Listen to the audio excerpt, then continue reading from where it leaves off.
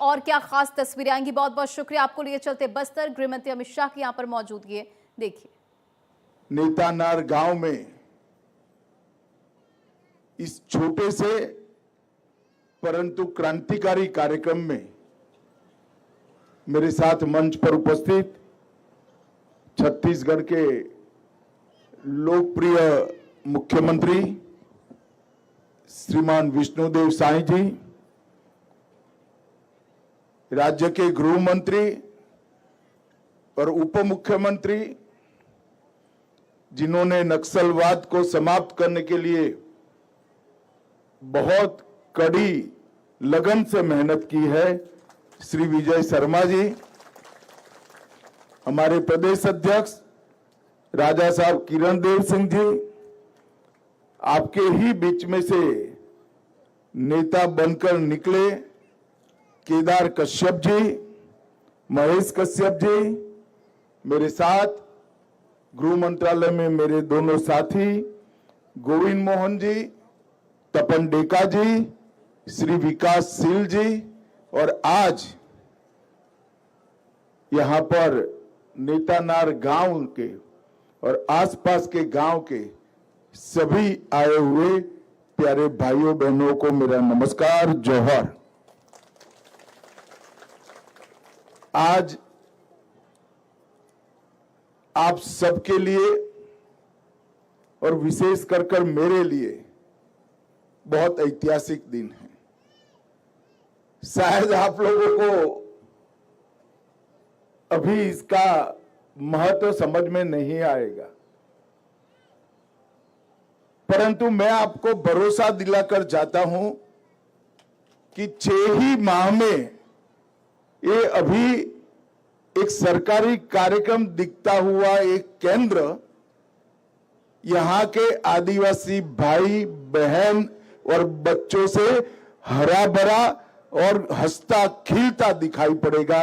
इस तरह से हम इसको प्रभावित करेंगे। आज मैं जिस भूमि पर खड़ा हूं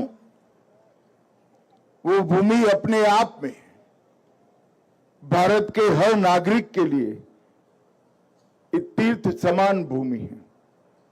शहीद वीर गुंडाधुर की ये जन्म भूमि है, कर्म भूमि है।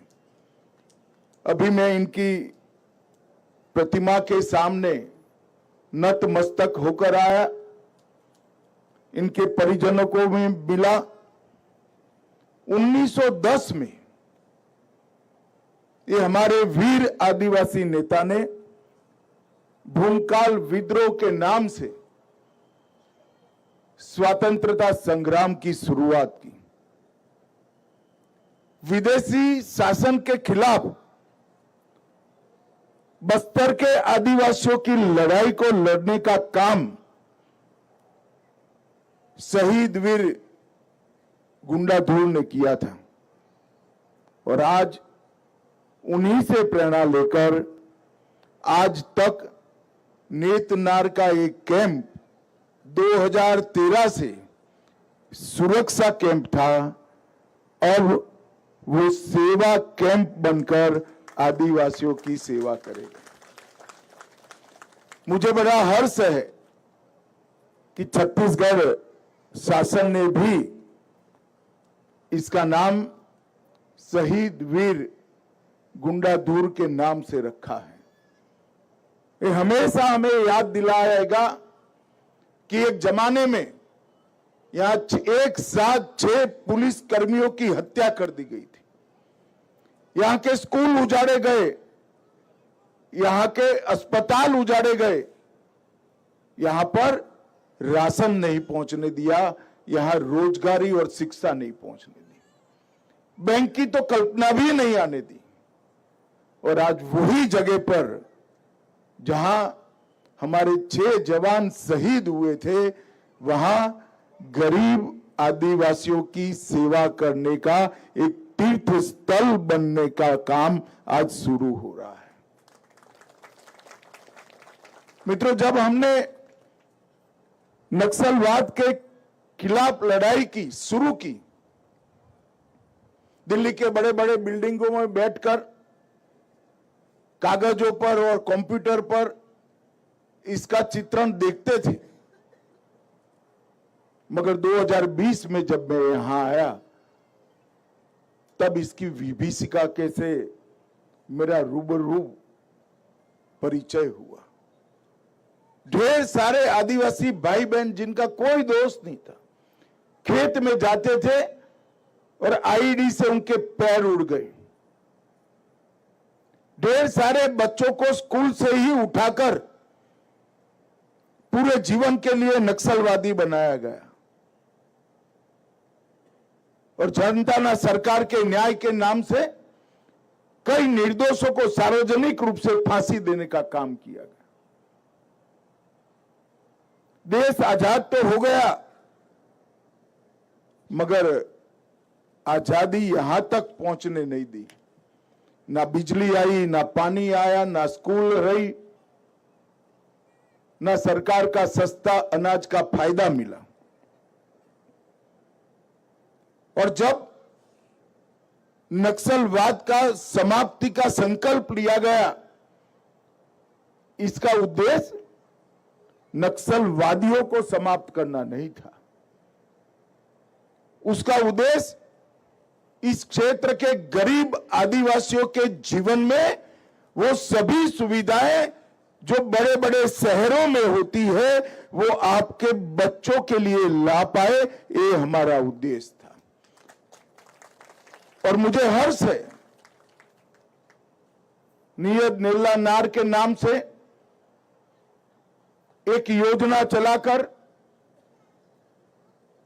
हमारे मुख्यमंत्री, उप मुख्यमंत्री और केदार कश्यप हर गांव में सस्ता अनाज की दुकान खोल रहे हैं, हर गांव में प्राथमिक स्कूल खोल रहे हैं, हर गांव के बीच में एक समूह पीएचसी और सीएचसी खोल रहे हैं, हर गरीब को घर तक पीने का पानी पहुंचाने का काम हो रहा है, आधार कार्ड बन रहे हैं, राशन कार्ड बन रहे हैं।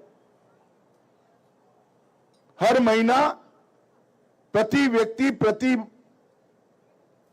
माह 7 किलो चावल गरीबों को दिया जाता है और 5 लाख तक का पूरा इलाज दिल्ली तक जहां भी जाना है वहां मुफ्त में करने का मोदी जी का योजना भी अब यहां तक पहुंच चुका है। मित्रों, मैं मानता हूं ये बहुत बड़ी उपलब्धि है और वो इसलिए संभव हुआ है कि आदिवासी कल्याण के नाम से जो लोग मशीन गने लेकर, बंदूक लेकर यहां भय और आतंक फैलाए थे, हमारे सुरक्षा बलों ने उनको समाप्त भी किया है। और हमने जो लोग पुनर्वास के लिए सहमति दिए,